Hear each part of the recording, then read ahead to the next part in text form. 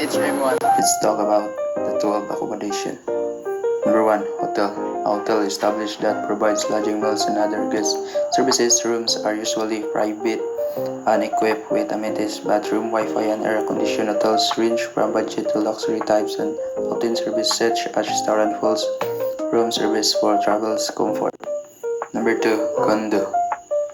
A condo is a private residential unit in a building or complex. Unlike hotels, condos are individually owned but can be rented out to guests. They often include full kitchen, living rooms, and access to shared amenities like gym or pools, making them ideal for longer stays. Number 3. Motor hotels. Motor hotels or motels are roadside accommodation designed for motorists. They typically have parking space right outside the rooms, allowing easy access for travelers. Motels provide basic lodging, affordable price, and are common along highway for short terms. For example, Pampanga is a good example. It's located along the highway and offers convenience lodging for travelers driving long distance. Inns. An inn is a small lodging establishment that offers a cozy and homey atmosphere. Inns often provide breakfast and sometimes dinner with fewer rooms than hotels. They are usually located in rural or scientific areas, catering travelers seeking relaxation and local hospitality. Number 5. Apartment. An apartment accommodation provides a self-contained living space with a bedroom, kitchen, and living area. These are perfect for long-term stays, families, or business travelers who prefer the comfort and privacy of a home-like setting. Number 6. Paradores.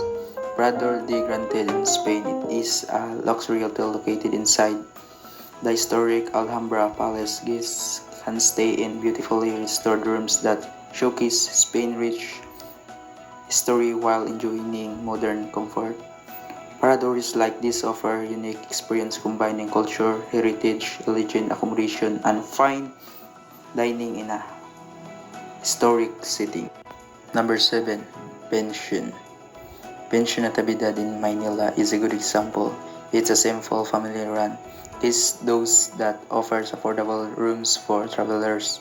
The atmosphere is friendly and homey, and guests often share common areas like the dining room or lodge. Pensions like this are ideal budget travelers who want comfort, cleanliness, and a personal touch during their stay.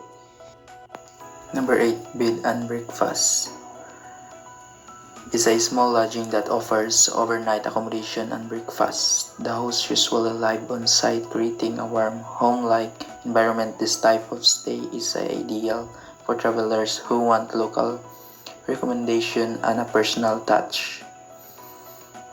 Feel home like these are perfect for travelers who want a relaxing stay with personal service and local touch. Number 9. Hotels.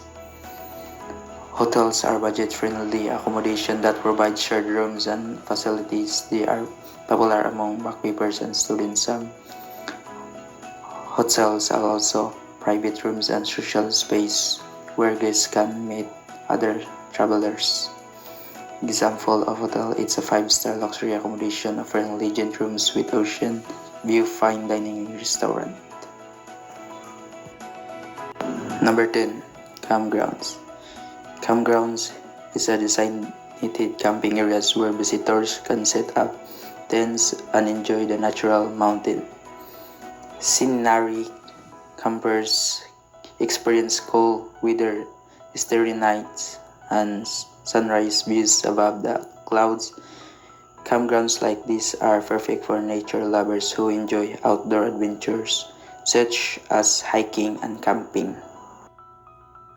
Number 11. Health Spa. A health spa offers accommodation focused on relaxation and wellness. Guests can enjoy treatment like massage, saunas, beauty therapies. It's perfect for those seeking rest, detox, or a health-focused vacation. A health spa it offers luxurious accommodation focused on wellness and healing. Guests can enjoy detox program, yoga session, organic meals, massage, and spa treatments. Number 12, private homes. Private homes are accommodation where travelers stay in someone's house, often through rental platforms like Airbnb. These provide a more personal and local experience, often at a lower cost than hotels. Home accommodation is a homeowners rent out their houses or rooms to travelers who want a cozy personal place to stay. These homes often include kitchen, living area, and garden, giving guests a comfortable home away from home experience, perfect for families or small groups seeking privacy and local atmosphere.